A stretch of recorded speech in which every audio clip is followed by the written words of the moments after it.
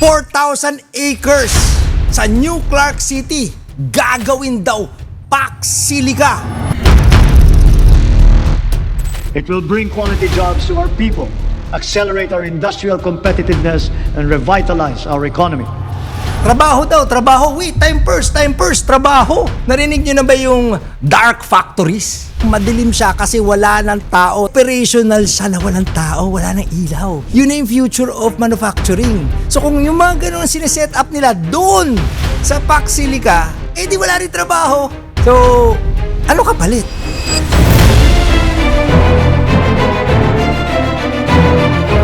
Bakit yung US na sobrang advanced nagsiset up na nabalita ko pinaka-critical na initiative na tinatawag nilang Pax Silica dito sa bansa natin ngayon. Di ba dati dun yung US bases? So ano ba to?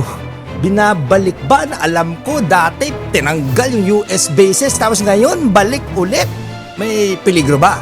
US base military, ganun ba? Pangalawa, ano mangyayari sa environment? Klaruhin natin, hindi ako anti-Pax Silica. Pro Pax Silica ako.